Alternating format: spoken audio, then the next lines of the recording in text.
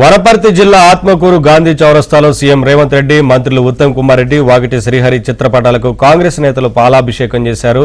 Jurala project దగ్గర కొత్త high level bridge నిర్మాణానికి ప్రభుత్వం ఆమోదం ఇచ్చినందుకు కాంగ్రెస్ నాయకులు సంబరాలు జరుపుకున్నారు.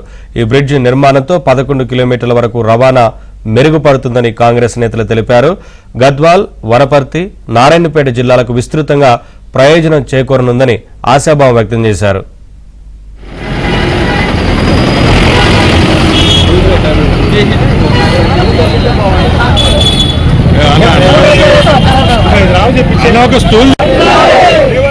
నాయకత్వం